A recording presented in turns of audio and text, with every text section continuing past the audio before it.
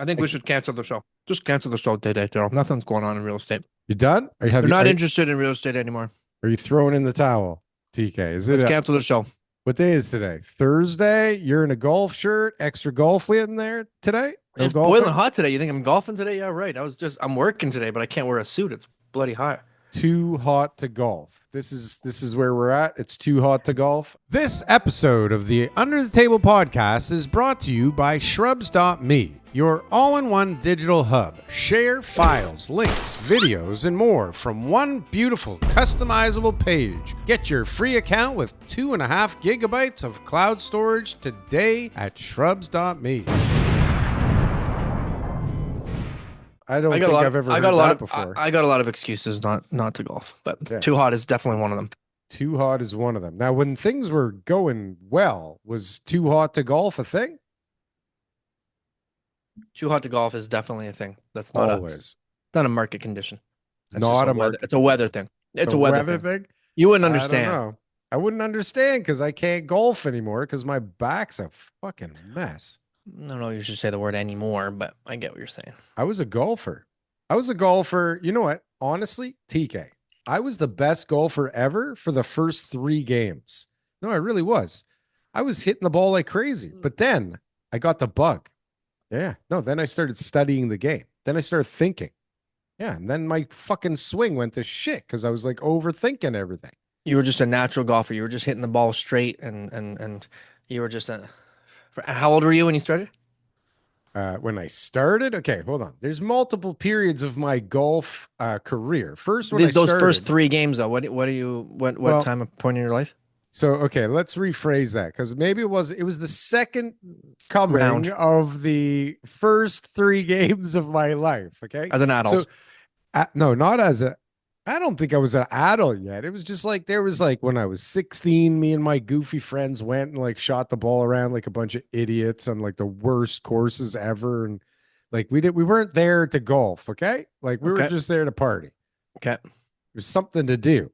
Now, I don't know what that says about us, but then, you know, I'm like engaged to my wife and I'm going on a golf trip with my father-in-law and I'm not a golfer. I don't golf. I've golfed in like years, right?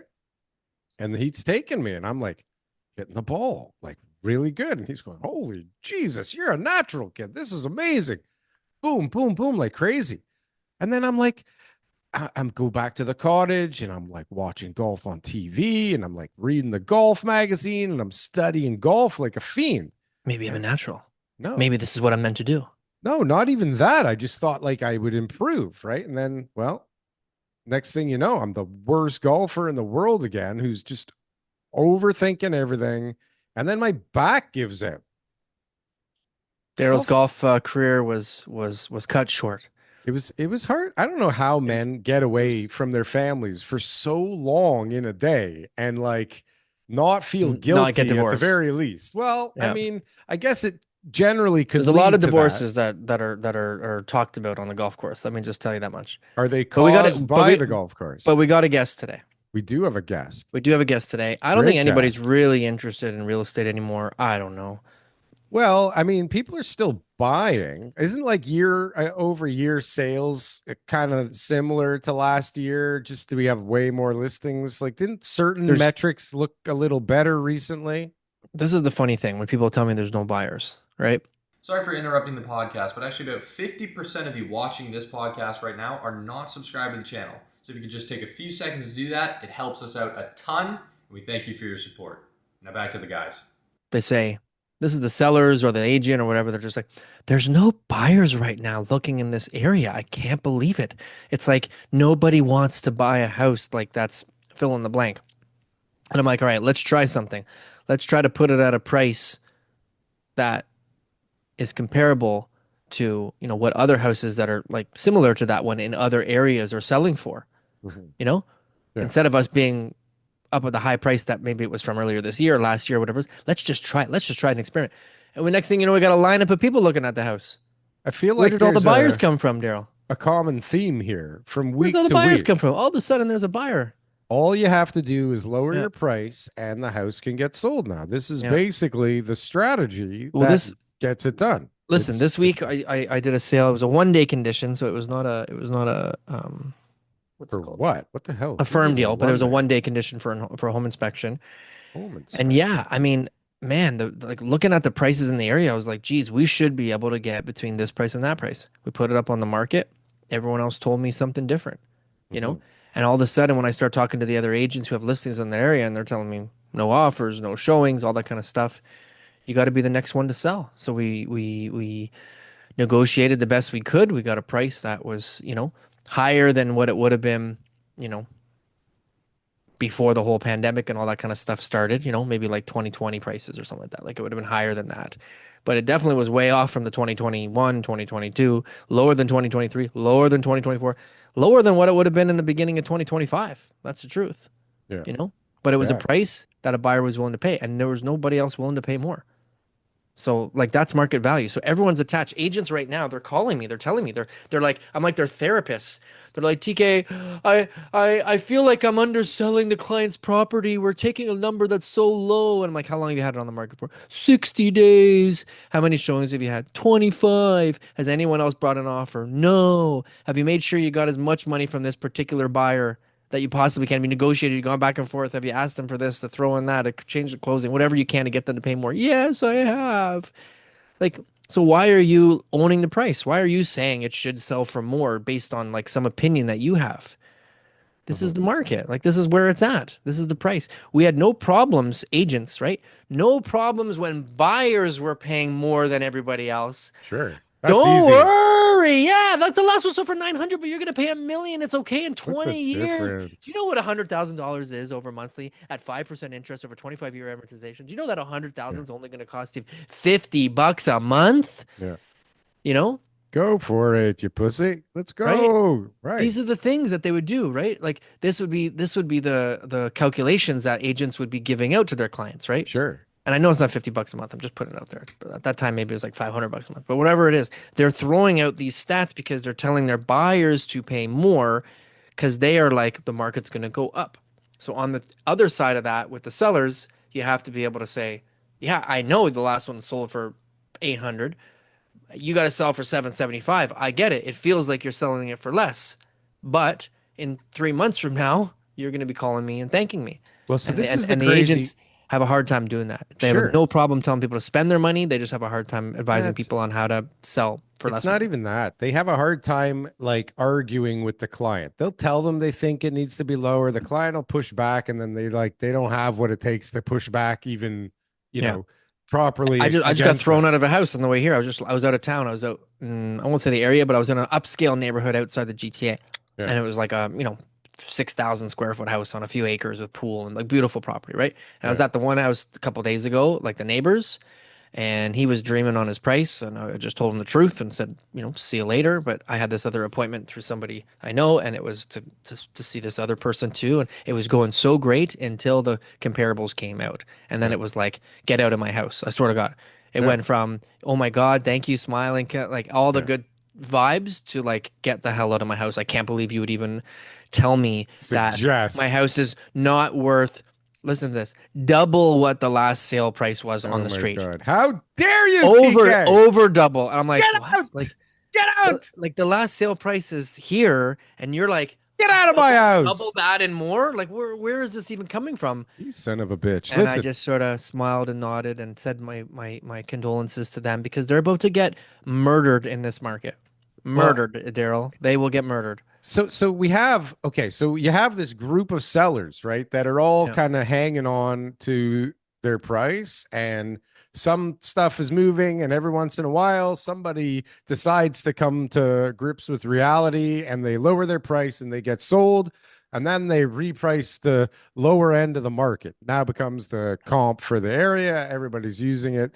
And what happens is like in that original pool. So, this buyer that decided to cave, okay, from this original pool, he may not have been the most desperate guy in the pool, right? He just might have been the smartest guy in the pool who decided, you know what?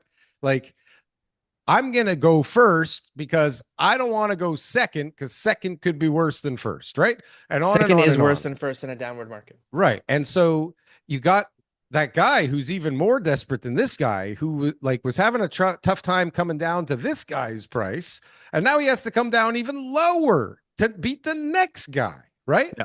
Yeah. And this is where we're at right now. And I don't know. Yeah, some people are talking like we're getting close.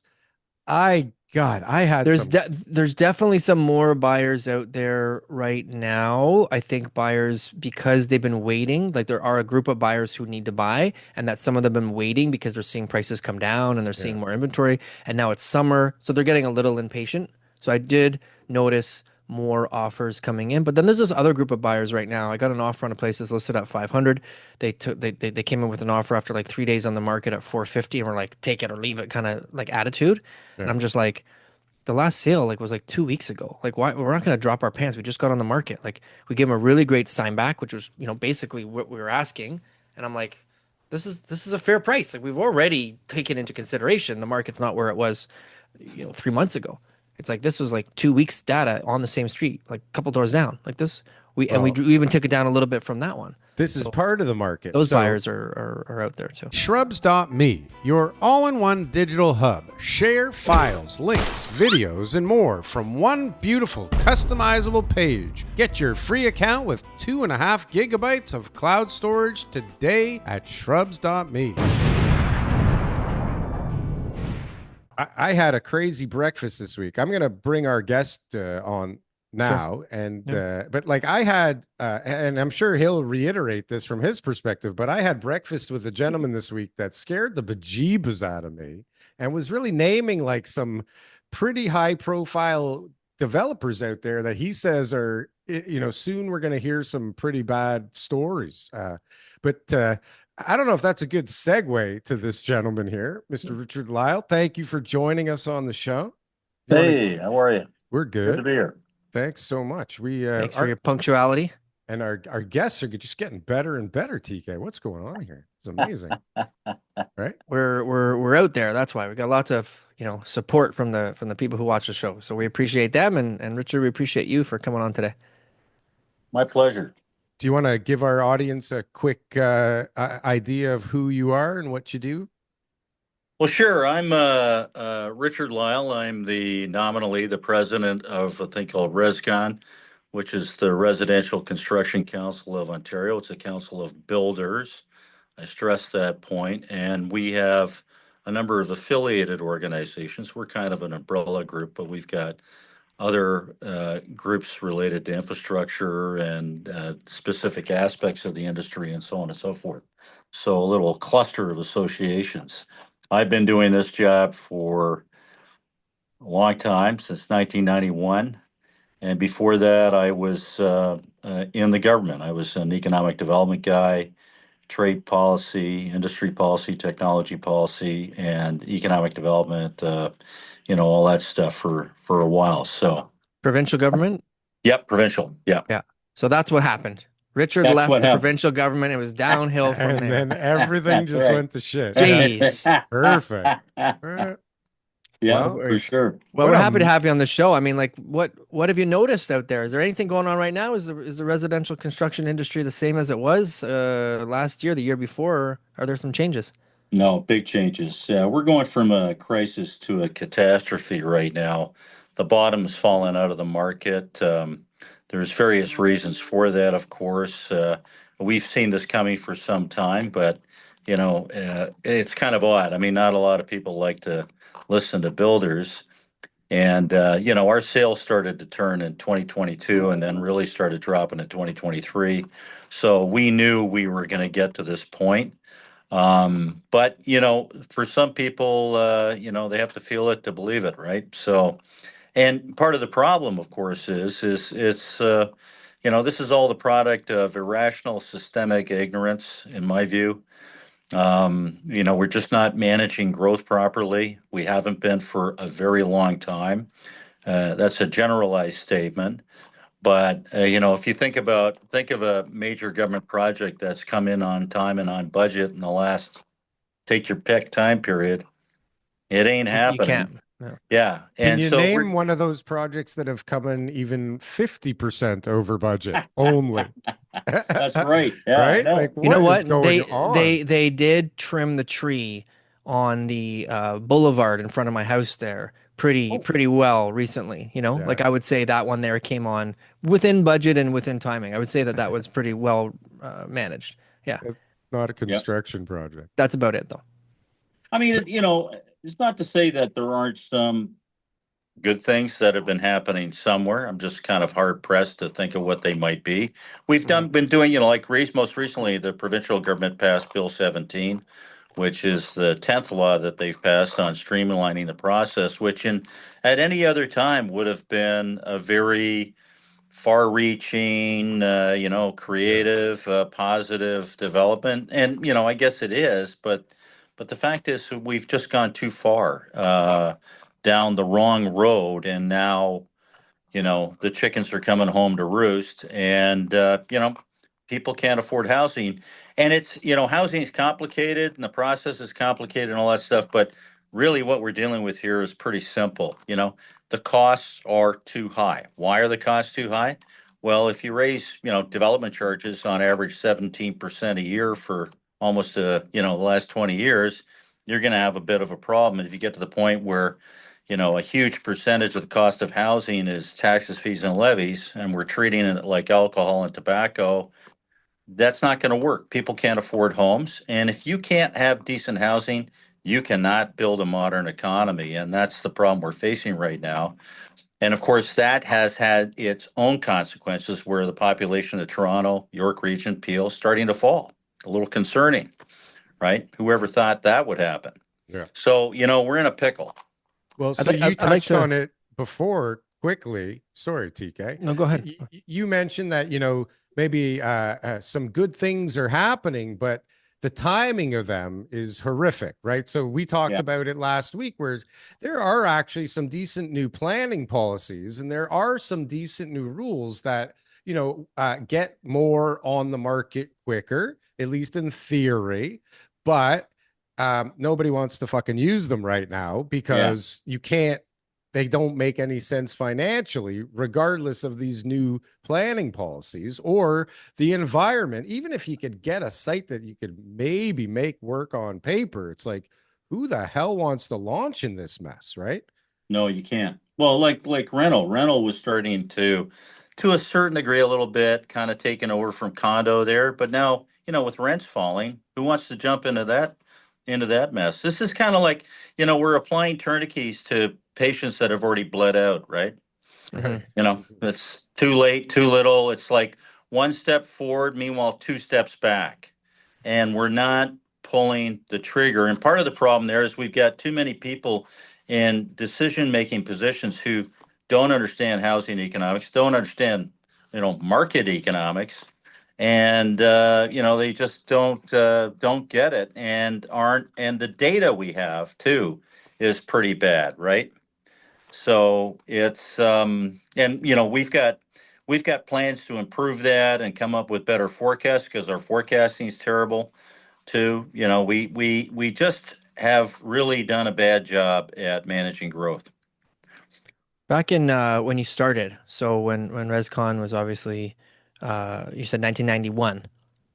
Yeah. Well, we created ResCon about 20 years ago. When I started, it was the Apartment Builders Association and a thing called the Residential Construction and Labor Bureau. I managed those two groups. Okay. So, I mean, ResCon's a kind of a somewhat of a successor to that, Okay. part of the evolution, just to be clear. But How do you compare that time in 1991 where you started that job to the market today? Because there was a time where we stopped building in the 90s too. I mean, the condo boom from the late 80s happened, and all of a sudden now, like I don't, there's not many condos were built between 90 and 2000, and that's then great. But there's a lot housing. of Sure. tax policy changes around that time too. Like, didn't professionals lose the ability to write off the losses against their real estate around that time? There were a whole That was bunch of earlier. things. Yeah. I Yeah. mean, like if you think about it, well, when I joined in 91, that was at the bottom of that market correction, but the actual bottom didn't come until 96. Yeah. So, to your point, and in fact, that entire correction went from 1989 to there's a bit of a debate over this to really kind of 2003, right? Yeah, exactly. Now I don't think this one needs to be like that because I think unlike then, we didn't have the red tape and taxes then that we've got imposed on the industry now. So I think there are a whole bunch of things that can be done now to reduce the taxes on new home buyers and renters and social housing for that matter. And there are some serious opportunities here through prop tech and contech and to modernize our system and digitize it, digital twinning, all that good stuff, building information modeling. We've got a world of opportunity there because we're behind most other developed countries in sort of streamlining and digitizing the industry. So I see some hope there that Yeah. it doesn't have to be, we don't have to do a repeat of what we did before. Presumably, we can learn from this stuff. But having said that, we got some serious challenges ahead of us. So when you talk about tech, I mean, I've been in construction a long time, and I mean the tech part of the con doesn't seem to be where it should be in 2025. I mean, for, It forget isn't. a- forget Yeah. about AI and software. I mean, like we don't really have too many other things technology wise, like on a job site. You still got guys. I mean, they're not swinging hammers, although some of them still do. The good ones still do. But you got Yeah. all these, little tool improvements. But why don't we have robots on sites? Or, I mean, I think you're a big advocate of pre-manufactured panels or do you want to get into that kind of stuff? Yeah, for sure. I mean, look, one thing that we're missing on technology compared to other jurisdictions are mandates. We need technical mandates and we need market mandates. Like, so for example, I do think there are elements of offsite construction or prefabrication, panelization, not so much modular, that has real potential here, but you need a market for it, right? And some of the great failures that have happened, both recent and historically in that area, have been where these facilities, think of Katera in the US, that when they dropped $2.5 billion went up in smoke because you had a bunch of designers, tech people, a few government people involved, and some finance people, and they built these wonderful prefabricated facilities, assuming that there'd be people would be lining up the door to buy their factory built houses, and it didn't happen, and it cratered, and that was a huge loss, right? So how this is all approached is it needs to be done very carefully. There is a way to do it. It's going to take time. It's not the panacea that some people make it out to be. You just don't turn around and build a factory and start pumping out houses. And then we need technical mandates. We're the only developed country that still doesn't have a building information modeling mandate, where we say that where the systemically we say, as has happened in other jurisdictions, that you must build buildings or design buildings in accordance with these more modern methods. Mhm. And so we're behind on those things. And part of the reason for that is we're the most decentralized developed country in the world. So accountability is spread out amongst three levels of government, and no one's really taking the bull by the horns. And there's a lack of knowledge within government. We've had meetings with government people about prop tech and stuff like that, and they really don't get it. They don't understand it, and that's a bit of a challenge too because we've got technocratic problems and we need technocrats to work on them, and we don't have enough of them, and so we are where we are. What markets outside of Asia do you feel are operating at a level that is, somewhat achievable for Canada? Well, take your pick. I mean, of the Scandinavian countries, Finland, way advanced on a lot of the technology, and there's Germany, Switzerland, Austria. I mean, the Austrian wood industry and cross-laminated timber and offsite and stuff like that. They're way out there. Singapore is probably got the most advanced building review and approvals process in the world. It's called Coronet. and they've been developing that for 20 years. So there are some really very good examples there of where, you've got a third of the government agencies that we have approving things. Things get done quickly. I was just over in Germany 3 months ago. I'm going back in October with a big group. And over there, when you talk about housing problems or whatever, they don't talk about problems with government or taxes or whatever else like that. They're really focused on the technical problems, meeting the markets and whatever else like that. So they're not, they're not hogtied the way we are with, these various levels of government, mission creep, overlap, duplication, excessive fees, charges, levies, lack of accountability, lack of transparency. These are the things, though, these are the things that technology can, break the veil, puncture the veil on a lot of this stuff. And that's where we need to go. And I Mhm. think we'll get there, but we're not changing fast enough. We're not keeping up with this stuff. And we're not taking advantage of some of the opportunities that it provides in terms of cutting. We've measured the cost of delays, and they're huge. And so, you know, your parents, for example, if I can say this, compared to you, your parents did not face the red tape and the consequences of the red tape and the massive taxes, fees, and levies on new housing that you. I'm not saying you, but maybe, I know TK is you older know. than me, so he probably went through a few things, Oh, okay. but I'm like 32. Oh, okay. There you go. This Well, is you, a this you. is a comedy podcast. I don't know if you noticed, Richard, but So you can so read between the lines. Yeah. so with everything you're saying Yeah. there, and going to Singapore and Germany, like how automated is their construction process right now? Like, is it full robotics in warehouses, or is it slightly more automated than what we have? It's a lot more automated. It's a lot more evolved. It's a lot more sophisticated. There's a lot less red tape. The and the product is phenomenal, right?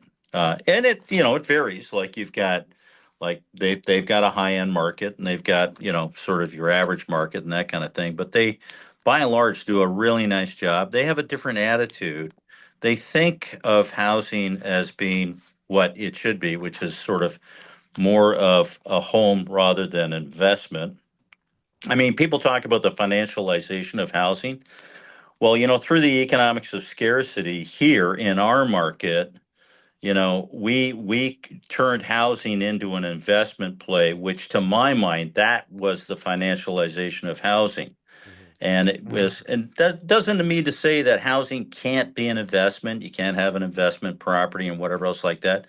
But housing became the number one target for people to make some money on. They figured, okay, I'll put a down payment with no intention of ever closing, thinking that they trade that option. I'll call it an option, right? The assignment, they'll assign the property, and because it's going to take 4 years to get finished, but in 2 years they'll flip it and make some money without ever. And of course, we know what's happened now. That's a lot of people are getting their asses bitten off with that particular thing. But Strategy. housing became the number one industry in the province of Ontario. That's just wrong, Mhm. right? And then when you look at the amount of investment and capital that was going into housing, that was just wrong too.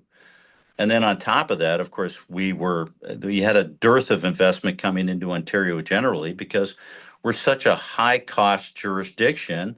And then on top of that, you have problems like, you want to build something in York Region. Well, most of the people that are going to work for you in York Region can't live there because they can't afford it, that kind of thing.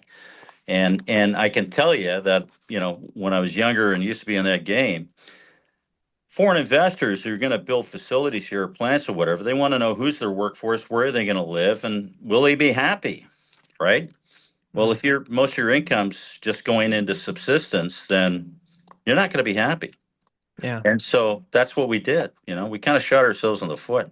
Mhm. It takes away from all that innovation. It takes away from all that new investment into business and the creativity and the arts and all that kind of stuff because everybody is just focused on paying their mortgage every single day. And Yeah. so, I mean, you might not notice it after 5 years, but if we do this for 20, 30, 40, 50 years, it really lags the growth potential. And it's just so clear because we have evidence of this in the States. Like it's just so like we just look across the border and you can look at Texas and you can look at these places that have these really great real estate markets that Yeah. are just like a fraction of what ours are. And that all the money that those people are obviously like they're generating business income and income from their jobs and stuff like that at work, all the same way that we are, but they're not stressed and handcuffed to their homes like we are. So it means that they get that much more enjoyment out of life. They get to have that many more experiences, traveling more, families, opportunities, early retirement, all that kind of stuff, and overall quality of living. And we're falling down on that chart. That those lists that we used to brag about. We used to brag about having the most amount of cranes in the sky. We're numbered one on the list. We're number happiest. We're the best. We're the prettiest. Whatever it is. Well, Yeah. we're not on those lists anymore. We're No. falling off the list. Nobody's happy here anymore. And that crane list, I bet you that list is going to be pretty far down from where we were before too, right? Once the Well, It'll you sales, still know, be the top one on the list, though. Funny enough, like whatever our bottom is, the other cities have like nine, yeah, we 200. still are. That's yeah, right.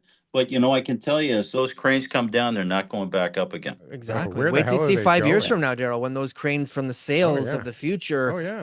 aren't going up because there's no sales. No, Yeah. that's exactly what's going to happen. And Yeah. so what happens? Because so now you have more. Okay, as sales go down and these businesses still have to make money, right? Because they're still in business to make money, and Yeah. innovation is handcuffed by the necessity for profit, right? And financing forces everybody to find some moron to buy a piece of paper to flip first. Otherwise, it never gets built. Like, we got a big hole we dug here, right? And it's a long way to get out of it while the economy's going to shit, right? So it's like the people that would buy the stuff that we need to innovate to build, we're losing them, right? We're losing more of them every time a crane is finished on a job. We lose a whole bunch of the workforce, right? And then that trickles down, right, to the lawyers, to the planners, to the surveyors, to 100%. whoever, right? The bankers. Like it just keeps going and going and going. So how the hell, how do we unravel the mess? Because now the incentive is really to add the technology to boost the margins, right? So that whatever you are working on, you can make some goddamn money on, but you don't need any people anymore. Like, how do we get out of this bloody thing? Well, the first thing we have to do is recognize that we need to fix the problems that got us here in the first place. I got to tell Assignments. you, 2 years ago, when I saw an article in Toronto Star 2 years ago that really scared the shit out of me because it was really interesting. It was about our STEM graduates that are graduating, killing it, right? Doing everything we said to them, asked them to do. They're top of the class. They're graduating, getting offered salaries of 100, 120 grand a year. And the ones that don't have family money were leaving. Mhm. And the ones that leave are the greatest risk takers. They're the ones most likely to start a business and whatever else like that. And we were like a puppy mill for these people. And then we were kicking them out of the province, Mm. effectively, not intentionally. But that, you had that kind of, problem there. I think in this case, we need to wake up and realize, like I've talked to, we've gotten some DCs cut in various municipalities because I've talked to like a couple of noteworthy mayors saying, "Well, where am I going to get the money from these DCs if I cut them?" I said, "You're not getting any now because we're not selling anything, so you've Yeah. got nothing to lose." And they go, "Oh, yeah, you're right." Yeah. But even so, even with some pretty deep cuts, the taxes, fees, and levies on housing are still too high. We don't, if we taxed food like housing, there'd be riots in the street. And then we don't measure things properly. Like there was a thing that came out saying that there's 41,000 potential construction jobs in jeopardy. And to your point, it's way more than 41,000 construction jobs when you look at the broader economy and how construction affects that broader economy. Hmm. I did some work on this a few weeks ago, pumped out something that said, we're looking at anywhere between 100 to 350,000 jobs are going to get lost, depending on how bad this gets, right? And I think it's going to be closer to the, 200,000 plus mark, those are really big numbers. And, Yeah. we're not set up for resilience.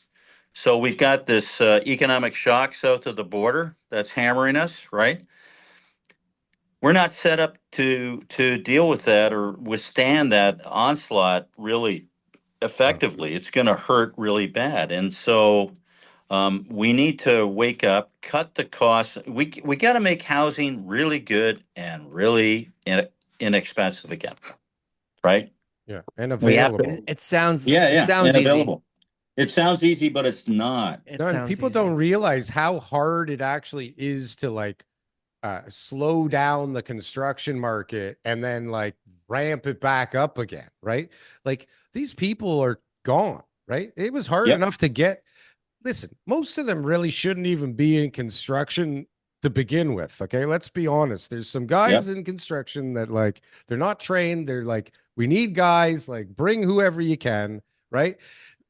But like there's so many people that get displaced in this kind of thing that how do when it's time to build again, it's like Yeah. they've moved on. They're not sitting there waiting for, Bob to get the next contract. They're like, fuck Bob, I need to eat, right? Yeah.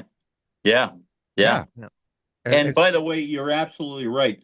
When we start, and we're not just losing skilled trade crews, we've got development teams in, companies' offices that are really good. Because, people forget, if you can build in Ontario, you can build anywhere in the world. And we've got anywhere. very successful companies building down in the US. You know about that.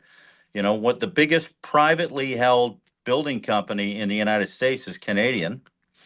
And we can do it all. But under this current regime and where the what people can afford, it's crazy, and we know why that's happened. It's you know we've done the research, we know what needs to be done, and the costs need to come down to the consumer. It's as simple as that. And there's two ways you do that. You cut the taxes, fees, and levies, reduce those down to where they should have been had you been adjusting them appropriately. And then with respect to innovation, and we've got prop tech that we can take things that now currently take months and years and turn it into days and weeks and get things approved. We can evaluate sites within 24 hours, but get a municipality to adopt those technologies and stuff like that. We're trying to do that, but they don't want to go there. No. Because we got GIS, we got digital twinning now, we've got BIM, we've got Oh yeah. stuff people haven't even thought of yet. Yeah. Most people aren't even aware of it, and we can model things. I mean, when you look at the modeling we do in the financial sector, and think about the modeling that we're not doing in our sector and how important they each are, relatively speaking. It's really quite sad. We should be in the position to say, okay, if we go back and do one of like that MERB, the multiple unit residential building program that we had in the 70s that resulted in tens of thousands of units success. If we do that again, and we invest this much money, what does that look like? We technically have the capability through big data analytics of modeling that, but nobody's doing it. Yeah. Mhm. And then we've got three levels of government that have all set targets like that are in no danger whatsoever of being hit. Well, you got the Yeah. investor base though in the country and all around looking at the condo returns, right? And so Yeah. now you got to get all these people to reorganize and want less returns over longer periods of time. The whole market was used to like quick, easy, fast money, right? And so Yeah. now who's investing in the apartment buildings if you can find a guy that is able to build one, right? Yeah. Either like big REITs or pension funds, but other than that, it's like a barren wasteland right now. Well, And nobody's going to build anything right now because the numbers don't make any sense, right? Mhm. And basically what we did through the economics of scarcity, right, where we choked supply, we dramatically increased immigration. You had super low rates for a while. We created this monster housing bubble. And the way you know it was a monster housing bubble is look at the ratio of housing costs to incomes and where those numbers went over the last take your pick, 10, 15, 20 years.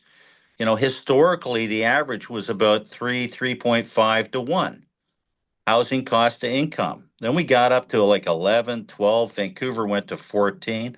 I think we're somewhere north of 10 right now, but you can't build an economy on that. I'm sorry. It's completely out of whack. But there's two things governments are really, really bad at doing. In fact, it's almost impossible. One is lowering taxes, right? They just don't like that. And the other one is fixing failed systems. They're very Quickly. good at creating new things, but if they've got a fucked up organization, they're bad at fixing them, Oh yeah. Hmm. Oh, you yeah. know? And sometimes what you have to do is go around the existing organization, that barrier, because you can't fix it. It's unfixable. Like if you take the city of Toronto. I've got friends that work in the city of Toronto, but that culture down there within that municipality, it's terrible, Yeah. right? And the waste, unbelievable. Yeah. And Yeah. other organizations too. Yeah. So we need to get, and that's one thing I think, well, we've got a technocrat for a prime minister now, and I think there's some certain indications that he is going to take very much a technocratic approach to fixing some of the problems, like letting the facts speak for themselves and doing the right thing.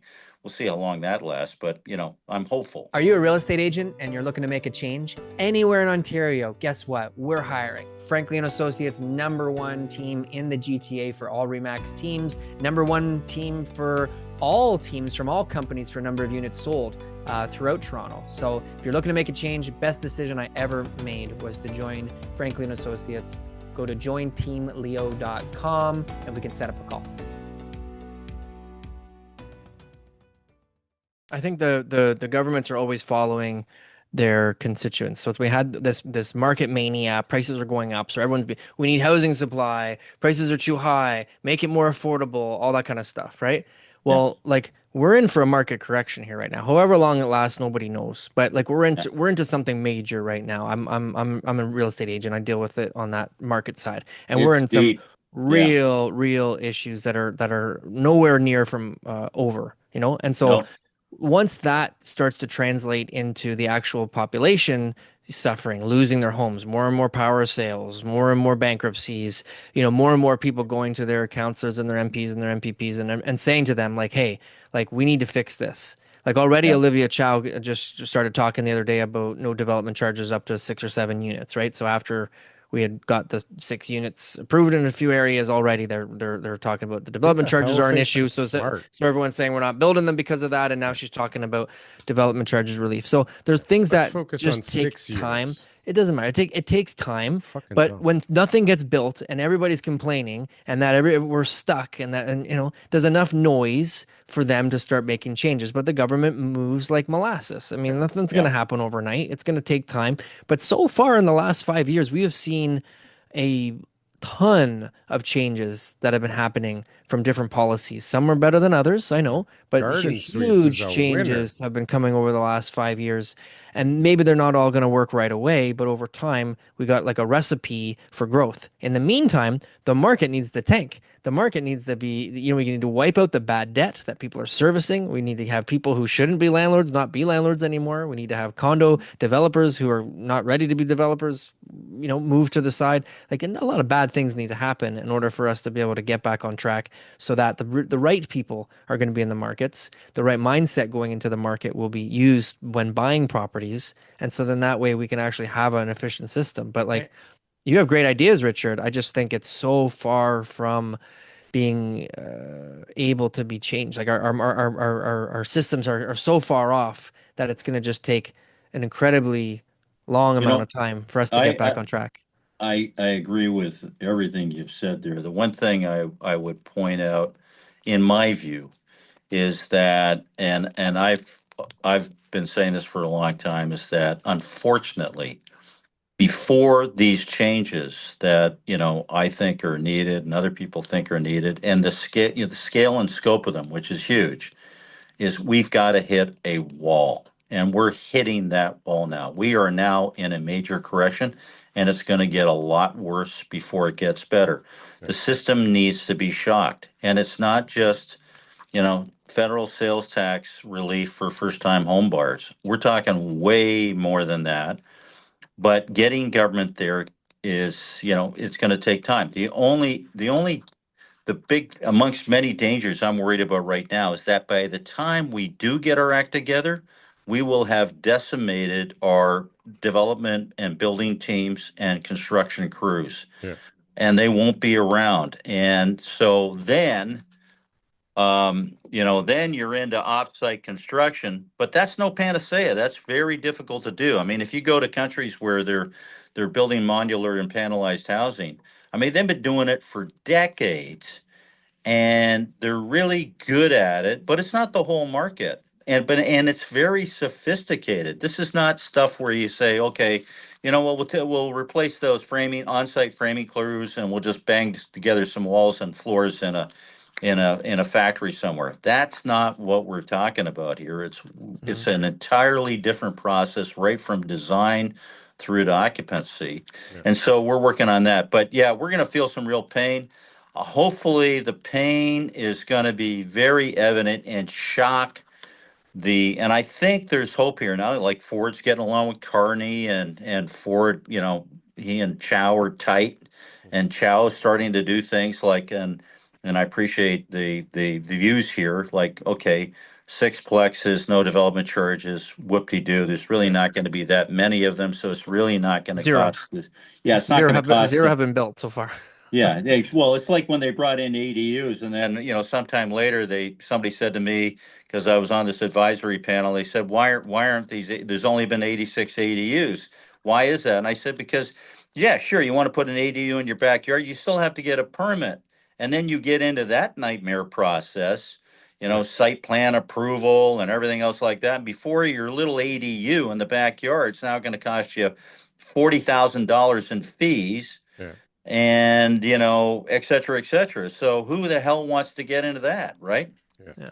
Yeah. So So one yeah. one layer that I think is on top of all of this stuff that is super important is the fact that we're talking mainly about new stuff right now. All these fees are on new homes, right? Like all of that. Yeah. Right now, the engine is the new construction. But what also has to happen as part of this correction is, imagine the three of us have to be okay losing value in our homes as well, right? As well as all the people in government. And that is going to be the toughest nut to crack because there are so many people incentivized to figure out ways to keep it propped up for as long as possible on every side of the equation. Like this is a unified front here, right?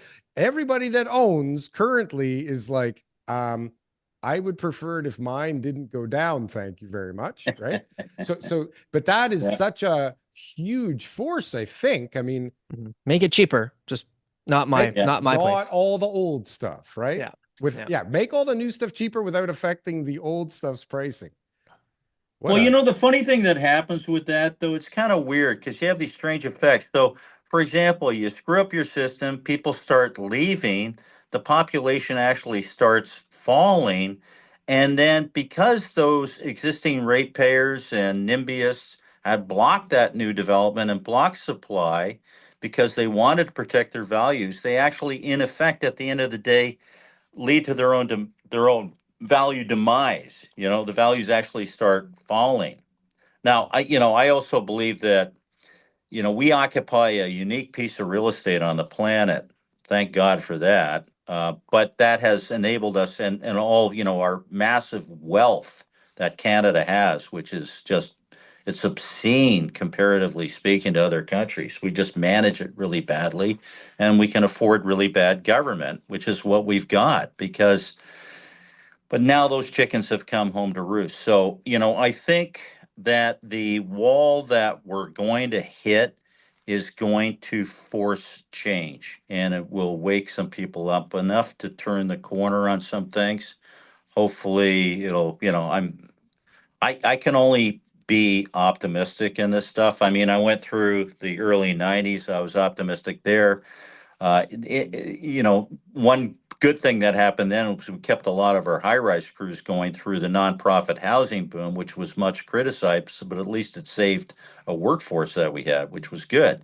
Mhm. We're not going to have that today because governments are tapped out. And of course, people talk about mortgage, overextensions, they ignore what happened with HELOCs, Mhm. right? That was out of control. And so we have to, like, we can maybe convert some of these condos that nobody wants into rentals. And there might be some things, CMHC, blah, blah, blah. Some people have been talking about that. But what we really need to do is pull out all the stops to get some production, not let production completely crash for any period of time because we won't be able to come back after that. It's going to be very difficult. That's the challenge. And so we've been making the case for that. I think we've seen some changes coming, like Bill 17 and other things, and even the federal government. I give Carney credit. He said he was going to do that thing for first-time home buyers. He did it and lived up to his commitment. That's great. It's Mhm. lagging in Ontario for a couple of reasons there. We're waiting for that to go through, Yeah. and it's really not monumental, but it can help first-time home buyers. That's good. All And prices. all four of them right now, right? Yeah. Well done, So, Mr. so, Carney. so, so Doug is now trying to regulate provincial immigration, right? He's trying to make sure that the Oh, province has got a little bit of control over the amount yeah. of people that are coming here. We talk about refugees, we talk about people who are coming to the country and stuff like that, and where they're all going. And none of them want to move to Winnipeg, and none of them want to move to Moncton and all that stuff, right? So they want to come here and they want to try to regulate it. We've decreased the amount of the non-permanent residents, right? The foreign students, the foreign workers, all that kind of stuff. There's major changes there. We got a ton of inventory right now. Like, do we Yeah. even have a housing shortage? Yeah. Well, Do that's we the have other a thing, housing right? shortage? Do That's the we Yeah. truth. really, Do or we do really we need to not? have Yeah. that many more places built? Or can something that was maybe at a much slower pace than what we're used to before with much less immigration be sustainable? Why Well, isn't it like, Mike, sorry, why yeah. don't we have it like when you go to a restaurant? It's like, do you have a house for four? Wait 1 minute. Let me check. Yes, we do. In Kitchener, there's a house for four. We'll Yeah. take it. Right. Yeah. And like, if we don't have, sorry, you have to come back in a month when your house is ready. We don't have anything for you My now. thoughts are this, Richard. You can tell me what you think. I think that Yeah. we're very inefficient with the use of our housing. That we've got a lot of 100%. large homes with one person living in it, and that the people of that generation eventually won't need those houses anymore for many different reasons. And that at that point in time, it'll free up a huge amount of supply for a young family of 3, 4 kids or whatever moving into those large homes right now that they're crammed into the smaller ones. And Well, that the self-regulate. the problem we did there, we did the study, empty bedrooms, right? We've got all these empty bedrooms. Why is that? Well, these, the boomers, the empty nesters aren't moving. Why aren't they moving? Well, we weren't building any of that missing middle stuff that they can move into, like that sort of mid-rise, nice apartment-sized, decent-sized condominium units or even rentals with a bunch of amenities around them. The vegetable store in the basement. This kind of thing. We weren't producing that stuff. We became a one-trick pony. We killed sprawl, but we also killed low rise.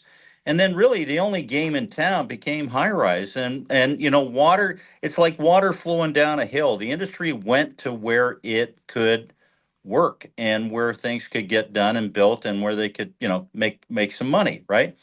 And we overbuilt in that area. And hence we now have that, we've got the condo glut, right? And we've got more that we're still finishing. This is stuff that was sold 3 to 5 years ago. We're still finishing some of those things, and that's a problem. But that's what happened there. We did not have a balanced system, and nobody was paying attention to it. I remember I was talking to a senior federal Mandarin in 2023, and I asked the question because it was on immigration and housing, and well, really the housing part of it. I said, "What are you guys doing to sort of align housing policy with immigration policy and all that stuff?" And the response was they were working on it. Yeah. They Well, were that was like, in We haven't thought about that yet. what? 2023. They're Yeah. working on it. Like, Yeah. but that's what happened. Remember when they doubled immigration? Yeah. And I'm not an immigration expert, but I looked at that and I thought, what the hell are they doing? I Yeah. think it Like was we've already triple. got a housing problem. And is anybody thinking about healthcare or other things? No. Yeah. No. Well, I Like think it's the Trudeau quote was something along the lines of like, we're now going to start looking into how this affects infrastructure or something like that. And I was No. like, you're now going to look into it? What do you No, mean? he Like made a big speech and he said, "Who gives a fuck?" Right? And that was that's it. right. no, he says housing is not one of our Isn't the considerations. It's not one of our federal, right? federal Isn't the authorities. Yeah, yeah, Yeah. it federal wasn't But our the policy? responsibility. immigration part though, he was talking about as well too. Yeah. Who So gives a Yeah. shit? It's yeah. really what he said to all of us, right? Yeah. Yeah. Between the But lines. that's that growth management, that technocratic stuff, Yeah. guys. Our societies are complicated. And we just didn't have there was no team there looking at the whole big picture from the 30,000 foot level. It kind of reminds me, I'm old enough to remember when, people talked about the red rocket, number one transit system anywhere, best in the world, and Mhm. people were coming here. I'm And not that old enough for bull that. well, no, that bullshit extended for 10 years after was the story was over. It was done. We weren't the best of anything. And people still believe, that's the problem when you start believing your own bullshit, right? And Mhm. Yeah. that's what happened there. And we had the same problem here. We still had politicians this year, just a few months ago, bragging again about how many tower cranes we have up in the sky and we're number one and whatever else like that. And I'm meanwhile, I'm on the edge of a cliff looking down, right? Yeah. And thinking, holy shit, But that's the they thing don't get is it. Yeah. the narrative was we need more housing. We need more housing. While you had guys buying 20 units in a building to themselves, right? And Yeah. you had all these people buying houses in Barrie to rent out the basement and split it into 3 units. And you had all these like so many people just absorbing whatever the hell they could. And the story was housing shortage, housing shortage. There's not enough houses. There's not enough houses. And immigration and everybody, it was crazyville. And then all of a sudden it's like, oh, hang on, what? We got to stop. We got to stop right now. This doesn't work anymore, right? And then Yeah. guys like you, guys like me, TK, I'm sure recognizes people in the know. They go, listen, it may not feel like we have a shortage now, but like it is so dead right now. Yeah. And it's going to take so long to ramp this thing back up that there will be a valley like never before seen, right? Yeah. Yeah. I Yep. think I think that's what's As coming. long as the immigration levels remain the same. Maybe immigration isn't the best policy. Maybe that we need to go through a recession. That's the whole point of the immigration policies is that they're trying to help the economy. Maybe the economy needs that shock therapy more than anything else, right? Well, we're gonna have shock therapy because we are going to have a recession. The market is in a massive correction. There are things we can do to turn this around, but it's gonna be painful. I'm assuming, and assumptions are always dangerous, of course, but eventually this madness of this trade war is going to be over. We're going to come up with some kind of trade deal that will stabilize. We've got an AI revolution, which is just fueling the stock market. If Carney does the right moves and we get rid of the interprovincial trade barriers, we can say and do something with our taxes. Canada can be open for business again, and we could start attracting some real investment here.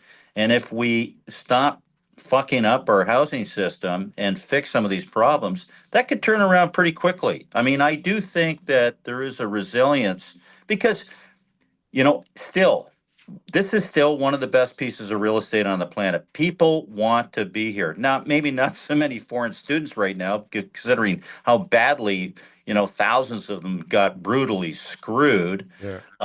Sure. I'd love to come here and get paid $6,000 a month to not work, right? yeah, that's I'm right. coming here for sure. Absolutely, right? I That was think the Richard previous might be the most batch. optimistic guest we've ever had on the show, to be honest with you. No, the Well, You Bitcoin he's guy, the the through all alternative, Bitcoin, the guys. fog, you're still like, we're the, gonna turn it around here. the Bitcoin mortgage guy was pretty optimistic back I don't then. know. Yeah, yeah. Well, I So got Richard, I got a picture of me, and I'll show it to you here. I don't know if you can see it on. Can you make that out? back up a back little. up a little bit. Take it away a little bit further. Just wait a second there. Maybe take it off screen and then bring it back on. Take it off screen and then bring it back on again. Now bring it up.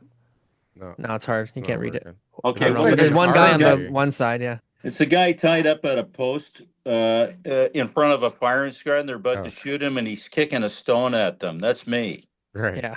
Yeah, You for know, sure. Yeah. And this look, was sent to me by somebody who said, this is you, right? A good buddy of mine, Meyer sure. Godfrey. Yeah, he sent that to me. But so, yeah, I'm going to be optimistic and I'm going to fight and continue fighting. And we're trying new things and doing stuff. And I think, I do believe, like, look, I think we've got the best people in the world here. This is not because of a lack of talent, it's mismanagement, Yeah. right? And I think mismanagement can be fixed. And the early indications I'm getting out of Ottawa was, Carney's blowing out all the old Trudeau people, right?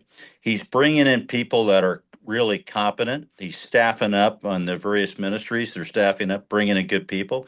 Yeah. He's put out directives about finding savings. He's a no bullshit guy. I think he's kind of a red Tory, blue liberal type. Honestly, at the end, he's going to take that party back to where it belongs. But I think, and if we can get rid of our interprovincial trade barriers, and then I think there are some things on the prop tech contech side that I think are going to take hold here, whether people oppose them or not. We're going to go around some of these problems. So, and I think there are tax changes that can be made because they have to be made. I mean, we tax housing unlike the only jurisdiction that does what we do to housing is like Lower Mainland Vancouver. The rest of North America doesn't do what we're doing on taxing new housing. It's crazy. No, it's Yeah, it's criminal. not working. If they're if It's they're criminal. It's if criminal. their sort of Yeah. process was, hey, if we tax it, then maybe it'll make it more affordable, or maybe it'll make people make better decisions, or it's like like the say no to drugs policies or anything else. These policies just don't work. Yeah. Like they're just they have good intentions, but they actually don't end up. It just passes the buck down to the consumer. That's all it is. The consumer just pays more. It doesn't make anybody else change their decision. It doesn't add any more efficiencies. It doesn't create anything. The money that they even collect from this, we know where it gets spent. It gets spent on things that they don't even really need. It's like the land transfer tax with the city of Toronto that they Yeah. never had for how many years. Now all of a sudden they got drunk off of it. Well, when the market changes and you go from 120,000 sales down to 75,000 sales, right? That income is gone. So they don't really need it, right? It's not No. something that Well, needs to be generated. It's just that they get used to it and they don't want to remove it. yeah, Toronto's sitting on 3+ billion in Billion. cash in The Section DC money. 37. Yeah. Yeah, I yeah. thought it was 6 or something like that. But Oh, when you add up, yeah, because you got DC money and then you got Section 37 money. So Yeah. City of sitting Toronto there. in total, I think, is sitting on about 11 or 12 billion in cash. Right? For Like, Fucking idiots. and What's then going on? and then They when have they turn the old parking lot, computers. yeah, when they turn the parking lot from a $25,000 a year property tax into 400 units that are bringing in $2 million a year in property tax, yeah, Finally, right? I was They don't. waiting for you to No one's say no this. one's doing no one's doing the math Yeah. on if we got rid of all the development charges, which only collected whatever it's $4 million in 2 years, we would get the money back. Like Right. yeah, Just nobody's from actually been able to forecast how that would work. Like they just don't get it. It's so crazy. It's like Yeah. you have 10 derelict houses here, and Yeah. you could have 500 units that produce, all of them way more. Like I can't even imagine the difference in property taxes just right away when you have occupancy, for God's sakes, what it does to the numbers. And then that's the incentive. It's just get them on the market, get them built, right? And let Yeah. us collect the taxes. If they Yeah. sit empty for a little bit, eventually they're still going to collect the taxes, right? But they absolutely bludgeon us developers and the end user. I mean, at the end of the day, as long as that developer can pass it through, we don't care. It's when it's like, there's nothing else you can do anymore and no one's buying. It's like we need relief because the labor costs this much, the materials cost this much, the land costs this much. The banks are killing us right now, right? When you need help, the banks fuck you even harder, right? So it's yeah. like all this stuff, there's no relief. The only one who can relieve us is the government, which is crazy because then when even just saying it, then everybody, oh God, you need a handout. You're looking for a handout, right? I know they call it that. And really what it is it's correcting an excess introduced by the government imposed on consumers. I mean, this whole, the thing that always killed me was this whole notion of growth pays for growth. It It was complete and let the Wow. Yeah. developers play. I mean, that was just such utter horseshit. And our group wasn't really involved in that stuff at that time. We were really focused on purely construction issues. We've gotten more involved with this stuff because that was somebody let them get away with that, you know, that horseshit. And because it comes out, it's the consumer that pays for it. Development charges are the most regressive tax in Canadian history. And in certain jurisdictions, it just became a runaway fucking train because it could. It was insidious every year, going up 17%. It's like death by a thousand cuts. Eventually, you're going to bleed out, right? Yeah. And that's what's happened to the industry. But it all worked as long as prices and rents kept going up. Yeah. But we all knew, and you knew this, that was going to turn one of these days. And when that turned, And they Oh, and then they yeah. then they demonize the public, demonize the developer, oh, right? 100%. Oh, yeah. Demonize the developer along the way and said, "How come And you're it's so like, greedy?" yeah, and they had this notion of there's some star chamber in the develop. I mean, we're the most competitive industry left.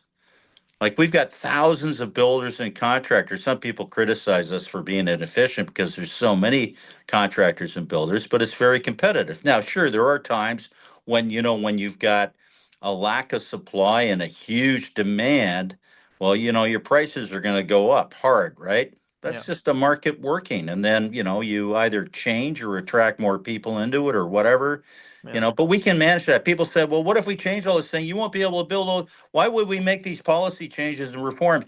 You can't build this anyways. And I said, hey, hold on there. You let the industry worry about that. Yeah. That's not an excuse not to introduce reforms that are vitally needed. And also, when you look at who really gets dinged the most by these excesses in taxes, it's the people that, the progressives and the people on the left who are ostensibly, those are the people that they are ostensibly supposed to be helping, and Yeah. they're screwing them. Yeah. It's bizarre. It's Yeah. ironic. I mean, No, it's crazy. yeah, It's it's crazy. crazy. And Yeah. it forces us evil developers to set our pricing, right? Because we don't, at the end of the day, the financing determines whether or not the thing goes forward. And if the financing doesn't see a minimum number, right, Yep. it doesn't go forward. So Not you have happening. to at least prove the minimum number, which Yep. has all kinds of implications, right? It's truly remarkable. And this is just like the stuff that, is out there in the public that we're talking about. But I'm sitting here looking on my screen right now at a bill from the city of Toronto, okay, for $7,000 for sending out mail, okay, to tell everybody in the neighborhood that we're going to have a public hearing. Okay. Fuck. And because the counselor in the Yeah. area needed a lot of them because the neighbors were not on board with the idea. So, all of a sudden you're mailing out like God knows how many times, and you don't get to approve it. You don't get to like try and mail it out a different, more efficient way. Email apparently is a non form of option, communication. right? Like the government can't figure out email to the constituents. This, of course, makes perfect sense in 2025. Right. So I have to get a $7,000 bill that if I don't pay, I mean, imagine what happens if I don't pay that thing. You think I'm getting my permits? Right. So it's like, that's one little thing on top Yeah. of like the stupid consultancy stuff I have to get. I had to pay a guy to go out and measure like the height of the electrical wires. Right. Yeah. Like, you know how much that costs? It's insane because there's like, right. Every layer on this thing, people don't understand. I gotta pay a guy to check if the thing has like some old burial ground rights, and Yep. it's Archaeology. right. It's Yeah. fucking nuts, Heritage. right? You And know, you then got conservation, you got birds, you got, I mean, not to diminish some of these things. Some of them are important at times, but some of the stuff, I mean, you've seen, you've seen some of the heritage, the selection of some of the heritage sites. yeah, I mean, it's I embarrassing. It's I worked. embarrassing. Yeah, I worked on a site Yeah. downtown at 229 Richmond Street West. Okay, I don't know if you know this site, but it's a big parking lot. Okay, giant parking lot. It's just east of the Yeah. AMC theater there. The Yeah. thing. So this is a empty parking lot with just a manned booth on it. This thing is heritage designated, okay? The And I'm boot like, I don't know. That's what I said. I said, which part of this thing is heritage? heritage. Right? But I'm not even joking. Yeah. Wow. This is like, so you're Is talking it a about like district? It's a maybe an district, probably. it's I don't know, but Yeah. the point is like they won't lift it off the site, okay? Yeah. And right, what Richard's talking about is like maybe an ugly building that passed through, but this is the kind of crazy shit that you got to deal with the government, right? Yeah. Stuff like that. Like imagine how much somebody's going to pay to try and lift that heritage designation one day when the site actually, when the sellers actually come to grips with reality. It's I mean, crazy, it's Bill. Yeah. crazy. I look at Tokyo, guys, where, I've been there, we went there, it's got the population of Canada. It's a growing city. It has been growing for years. Their housing is as good as ours. It's a lot less expensive. It's affordable. Only 5% of housing in Tokyo is what you call social housing.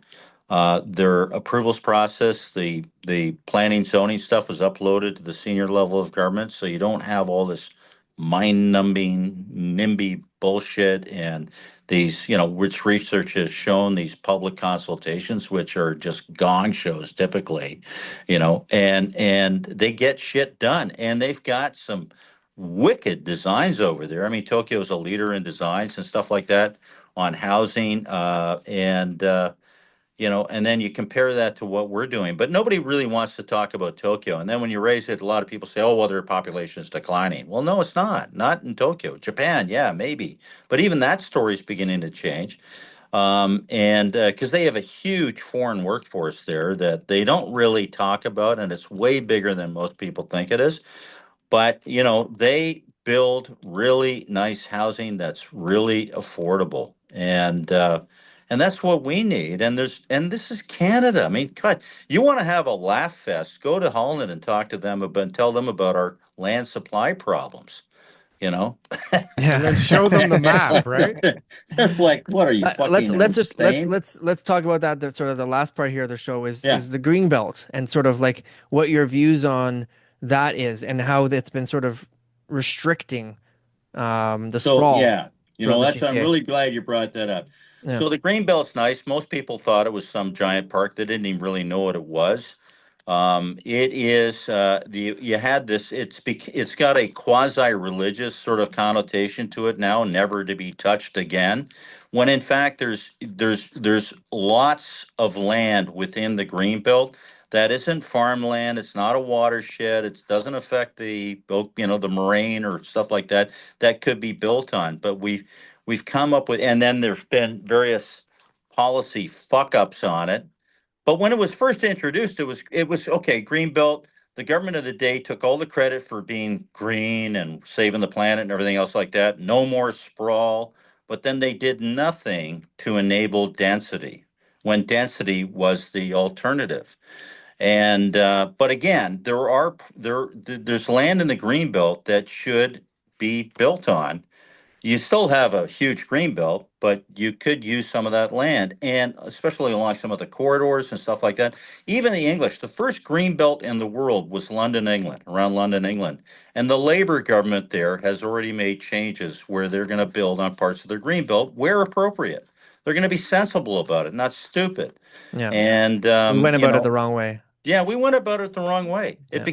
And it was political. It was this political score, and the government of the day took the credit for the good news, but the unsuspecting public did not realize what the ultimate consequences of that were going to be. Hmm. And that's part of the reason why we had the economics of scarcity and landed where we are now. That's Yeah. part of the problem. Yeah. They did Yeah. Well, kind we of allow density. I mean, they did start allowing, townhouses everywhere and all the, where there should be single family houses and Yeah, but it wasn't all. enough. We didn't have No, the mid-rise apartment buildings. Main Street. I was on a panel with the commissioner of housing in Toronto over 20 years ago on main streets and avenues, and they're only doing something. They've only started doing something about it really this year, yeah. right, on scale. But that's how Mhm. long it took, and that was part of the problem again with going back to that empty bedrooms where you've got empty nesters. They don't want to go into a 60-story tower downtown, but where are they going to go? maybe Yeah. Florida, maybe Tucson, some of them, a little bit of that, maybe go live in a cottage. But most of them are still stuck here and they want to be here because their kids are, probably within striking distance. And so they're living in a house where they've got 5 bedrooms and using one. Yeah. Mm. Yeah. Well, we've got Nuts. a Beautiful. place for them. We've got a couple of places for them coming down the Good. pipe. I think we want you as a regular guest on the show here, Richard. Yeah, we so can I mean, definitely fill another one. With, we definitely are going to see a lot of changes in the market over the next Yep. couple of years, and so to get some updates, we know where we're at right now, but to see if there's going to be anything that's getting better or anything that's going to be built or anything like that would be great to catch up with you again in the future. So Well, I'd love that's that. And awesome. there's some really cool stuff coming. I'd love to talk to you guys about that on prop tech. Some really interesting things there that I think can be real game changers. Because again, sometimes, as it's like building. Rather than renovate the old place, tear it down and build something new. It's way better. Or Easier. just go around it, right? So we need to go around some of these systemic barriers we have. And technology can do that. They can be real game changers. So love to talk about that and anything else you'd like to talk about. Amazing. Awesome. Always Okay, nice when well, somebody's willing to come back again, TK. Well, we'll see. He's got to actually come back, but That's right. But we appreciate the sentiment. Well, this is a great show. I realize now I can have a beer while doing it You too. can So do anything you've- you want on And this you've been show. watching us for the past couple of years, right? That's like right. This is, you're a Big fan of the show fan. before, Big right? fan. Yeah. You're welcomed here anytime. okay, guys, Appreciate Good it. man. great. Thank you. Great Thank chatting you. with you today. Okay, bye-bye. TK? I could talk you're- to him all day, man. I know. Oh, If jeez. you're still listening to the show, Yes, TK. now's the time. Like, comment, and subscribe to the channel. Check us out on Spotify. Check us out on Apple Podcasts, Google Podcasts, Instagram. Google the word Instagram. Look up the word Shrubs.me. podcast and see what type of platforms are out there, and then type in Under the Table Podcasts Try it. and check it out. It may or may I not be like it. there, but we'll see you there when the time comes. Thank you. Have a nice day. This shit is taking 5 years.